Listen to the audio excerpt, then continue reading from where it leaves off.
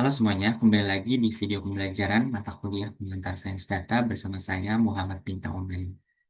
Yuk belajar. Baik, seperti video sebelumnya, pada video kali ini kita juga masih membahas latihan soal dari materi penaksiran untuk mata kuliah pengantar sains data.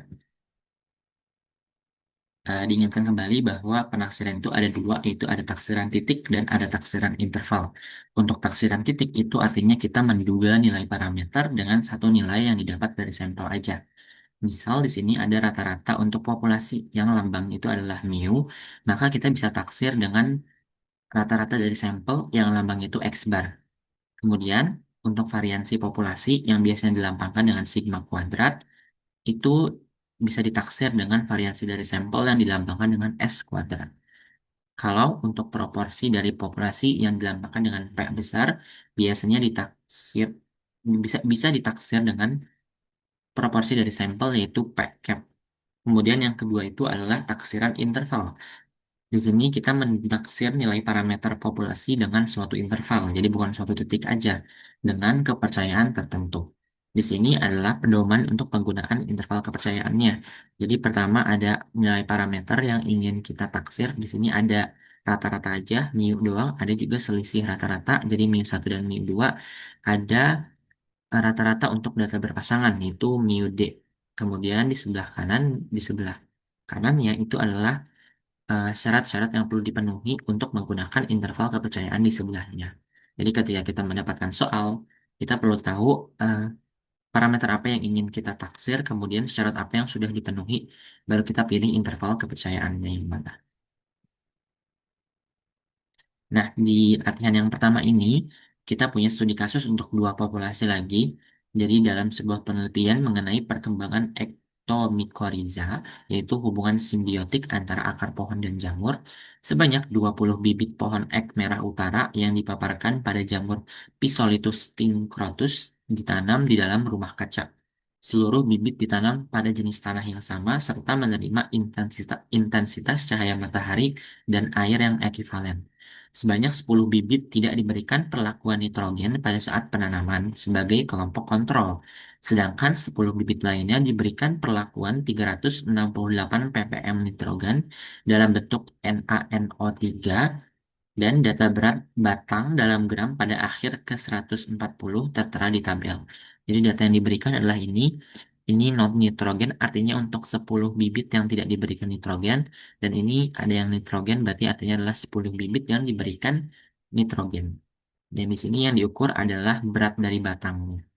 Kemudian, berdasarkan data observasi di atas, susunlah selang kepercayaan 95% untuk selisih rata-rata berat batang antara populasi bibit yang tidak menerima nitrogen dengan bibit yang menerima 368 ppm nitrogen. Asumsikan bahwa kedua populasi tersebut berdistribusi normal dan memiliki variansi yang sama atau equal variance. Nah, dari soal yang tadi diketahui bahwa ukuran sampel itu sama-sama 10 ya, karena kan data dari 10 bibit yang ada 10 bibit yang tidak menerima nitrogen dan ada 10 bibit yang menerima nitrogen. Sedangkan untuk taraf signifikansinya adalah 5% karena kita ingin menentukan selang kepercayaan 95% untuk mengestimasi selisih rata-rata berat batang antara populasi bibit yang tidak menerima nitrogen dengan bibit yang menerima nitrogen. Nah, untuk penyelesaiannya, karena yang ditaksir adalah selisih dua rata-rata dengan simpangan baku, populasinya itu tidak diketahui, tetapi dianggap sama. Tadi di soal disebutkan nih, asumsikan bahwa kedua populasi tersebut berdistribusi normal dan memiliki variansi yang sama. Jadi ada asumsi di soalnya. Maka, hmm, selang kepercayaan yang digunakan adalah ini. Jadi parameter yang ingin kita ujikan adalah selisih dari mu 1 dan mu 2. Syarat yang dipenuhi adalah sigma 1 dan sigma 2-nya tidak diketahui tapi sama dan N1 N2-nya kecil karena cuma ukurannya 10-10 aja.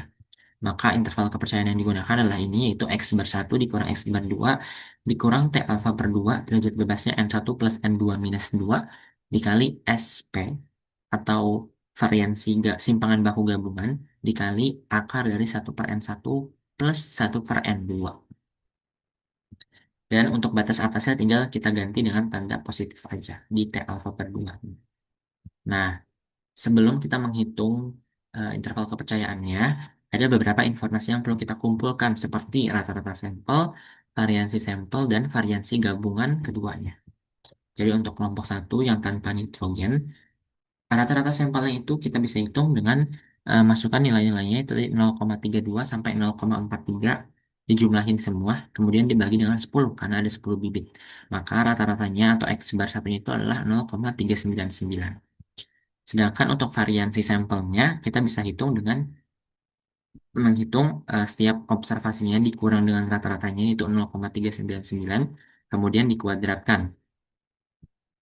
Kemudian untuk hasilnya itu semua dijumlahin dari data pertama sampai data yang terakhir, kemudian dibagi dengan N-1, di mana N-nya itu adalah 10, dikurang 1 adalah 9. Didapat variansi sampelnya adalah 0,0053. Lakukan hal yang sama dengan kelompok kedua, yaitu yang dengan nitrogen. Didapat X bar 2 itu adalah 0,565 dan variansi sampelnya itu adalah 0,0349. Sedangkan untuk variansi gabungan atau biasanya disebut dengan S-pool, S-pool kuadrat, itu rumusnya adalah N1 dikurang 1 dikali S1 kuadrat ditambah N2 kurang 1 dikali S2 kuadrat per N1 plus N2 dikurang 2. Nah, tadi kan kita sudah hitung nih masing-masing. Tadi N1-nya adalah 10, berarti dikurang 1 jadi 9. Kemudian S1 kuadratnya adalah 0,0053. Kemudian N2 kurang satunya adalah 9 juga, karena N2-nya adalah 10 ya. Kemudian S2 kuadratnya adalah 0,0349. Dan N1 plus N2 dikurang 2-nya adalah 10 ditambah 10 dikurang 2. Maka variansi gabungannya itu hasilnya adalah 0,02. Nah, karena informasinya sudah didapat, berarti kita bisa mulai eh, menghitung interval kepercayaan, tetapi sebelumnya kita juga perlu menghitung nilai T alfa per 2 untuk derajat bebasnya N1 plus N2 dikurang 2, di mana tadi alfanya adalah 5% atau 0,05 dibagi 2 menjadi 0,025, dan N1 plus N2-nya itu kan berarti 10 tambah 10 sama dengan 20 dikurang 2 itu 18. Maka kita bisa pilih dengan alfanya 0,025 dan derajat bebasnya 18, berarti kita pilih T alfa per 2-nya adalah 2,101. Nah, berarti informasi sudah kumpul, kita bisa menghitung interval kepercayaannya dengan menghitung batas bawahnya terlebih dahulu. Dimulai dengan X bar 1 dikurang X bar 2 dikurang T alfa per 2 dikali simpangan baku bersamanya atau gabungannya dikali dengan akar 1 per N1 ditambah 1 per N2. Informasinya sudah ada tadi semuanya, berarti X bar satunya adalah 0,399, X bar 2-nya adalah 0,565, kemudian T alfa per 2-nya adalah 2,101, SP-nya itu adalah akar dari 0,02, tadi kan karena kita menghitungnya S kuadrat ya di sebelumnya, maka kita perlu akarkan, jadi akar dari 0,02 dan akar dari 1 per 10 ditambah 1 per 10. Didapat hasilnya adalah minus negatif minus 0,2992. Kemudian untuk batas atasnya itu tinggal kita ganti menjadi tanda positif, maka nilainya itu jadi 0,399 kurang 0,56 ditambah 2,101 dikali akar dari 0,02 dikali dari akar 1 per 10 ditambah 1 per 10. Didapat hasilnya adalah minus 0,0328. Maka dengan tingkat kepercayaan 95%, kita yakin bahwa selisih rata-rata populasi berat batang bibit yang tidak diberikan nitrogen dengan bibit yang diberikan nitrogen berada pada interval minus 0,2992 gram hingga minus 0,0328 gram. Nah, hasil ini menunjukkan bahwa pemberian nitrogen secara signifikan menghasilkan rata-rata berat batang yang lebih berat dibandingkan tanpa nitrogen. Karena di sini nilainya negatif semua ya tentang kepercayaan interval kepercayaan. Nah, yang kedua, kita mendapatkan studi kasus untuk data berpasangan. Jadi maksudnya data berpasangan ini adalah data yang saling dependen atau saling bergantung satu sama lain. Jadi ada sebuah eksperimen dilakukan untuk mengevaluasi perbandingan kecepatan mengetik mahasiswa dalam satuan kata per menit atau WPM dengan menggunakan dua rancangan keyboard yang berbeda, yaitu mechanical atau M besar dan membran atau M kecil. Sebanyak 15 mahasiswa dipilih sebagai sampel di mana setiap subjek menguji kedua jenis keyboard tersebut dengan urutan pengujian yang diacak untuk menghindari efek bawaan. Data kecepatan mengetik dari eksperimen tersebut disajikan dalam tabel berikut. Jadi di sini ada nomornya, ada 1 sampai 15, jadi ada 15 mahasiswa. Kemudian untuk M besar itu berarti kecepatan mengetik dengan keyboard mechanical, dan M kecil itu untuk yang membran. Jadi di sini 88 itu mechanical, ini 81 untuk membran, dan seterusnya. Dengan mengasumsikan bahwa selisih kecepatan mengetik antara kedua jenis keyboard itu berdistribusi normal, susunlah selang kepercayaan 99% untuk mengestimasi rata-rata selisih kecepatan mengetik populasi.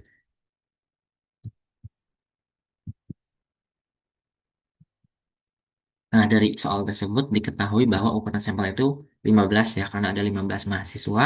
Kemudian taraf signifikansinya adalah 1% karena kita ingin menentukan selang kepercayaan 99% untuk mengestimasi rata-rata selisih kecepatan mengetik populasi mahasiswa.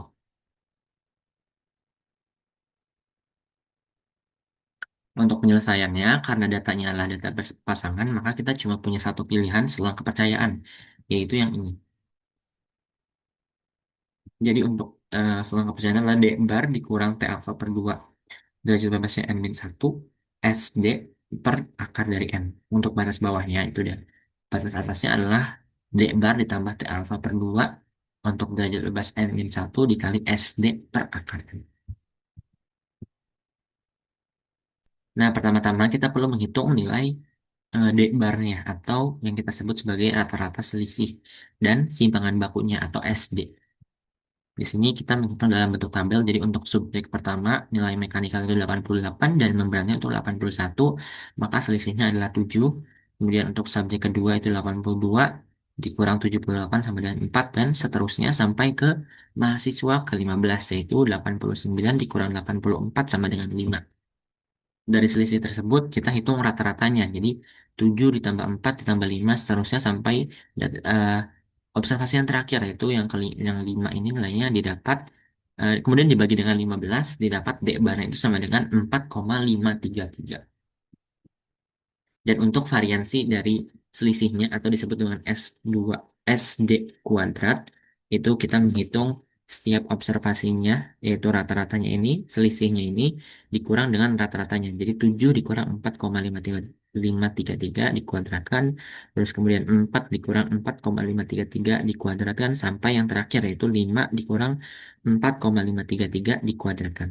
Kemudian dibagi dengan N-1, yaitu 15 kurang 1, yaitu 14, maka hasilnya adalah 1,1238. Nah, kemudian kita tinggal menghitung T alfa per 2-nya. Di sini tadi alfanya adalah 0,01 atau 1%, maka alfa per 2 itu adalah 0,005.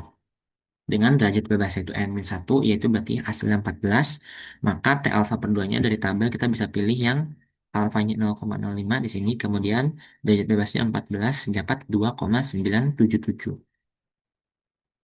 Berarti kita bisa menghitung langsung interval kepercayaannya mulai dari batas bawahnya dulu. Di sini ada D barnya. D bar dikurang T alfa per 2 dikali SD per akar N. Tadi D barnya adalah 4,533. Kemudian T alfa per 2-nya 2,977. SD-nya itu adalah akar dari 1,1238. Kemudian N-nya adalah 15. Maka dia dapat batas bawahnya itu adalah 3,718.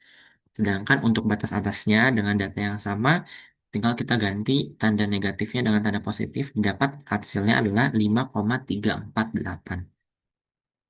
Maka dengan tingkat kepercayaan 99%, kita dapat mengestimasi bahwa rata-rata selisih kecepatan mengetik mahasiswa berada di dalam interval 3,718 WPM atau words per menit hingga 5,348 WPM.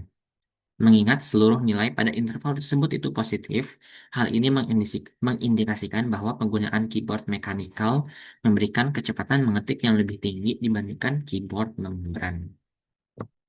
Baik, cukup sekian untuk video kali ini. Sampai jumpa di video selanjutnya.